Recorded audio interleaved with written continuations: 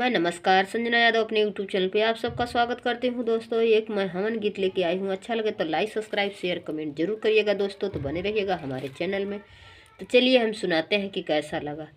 हवन धुन गूंज रही स्वाहा स्वाहा, हवन धुन गूंज रही स्वाहा स्वाहा, हवन धुन गूंज रही स्वाहा स्वाहा। लक्ष्मी जी बोली अपने पति से, लक्ष्मी जी बोली अपने पति से, हमहु चलब देखन स्वाहा स्वाहा, हमहु चलब देखन स्वाहा स्वाहा।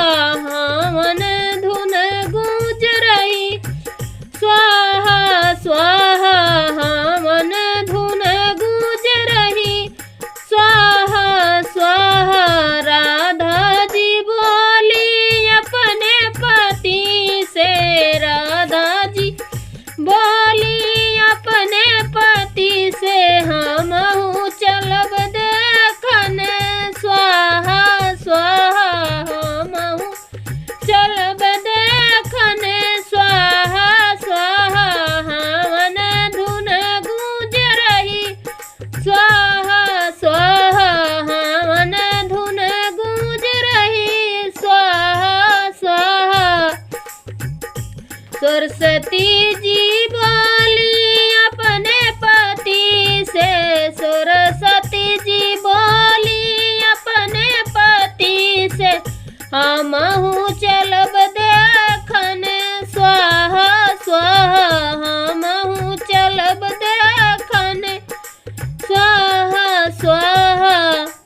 हवन धुन गूंज रही स्वाहा स्वाहा, हवन धुन गूंज रही स्वाहा स्वाहा। सीता माता जी बोली अपने पति से, सीता माता जी बोली अपने पति से, हमहु चलब देखन स्वाहा स्वाहा। हवन धुन गूंज रही स्वाहा स्वाहा, हवन धुन गूंज रही स्वाहा स्वाहा।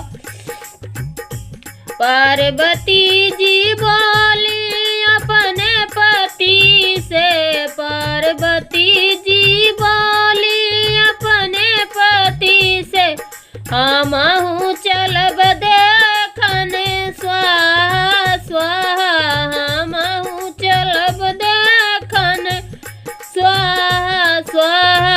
हवन धुन गूंज रही स्वाहा स्वाहा, हवन धुन गूंज रही स्वाहा स्वाहा। बाय बाय दोस्तों, फिर मिलते हैं नेक्स्ट वीडियो।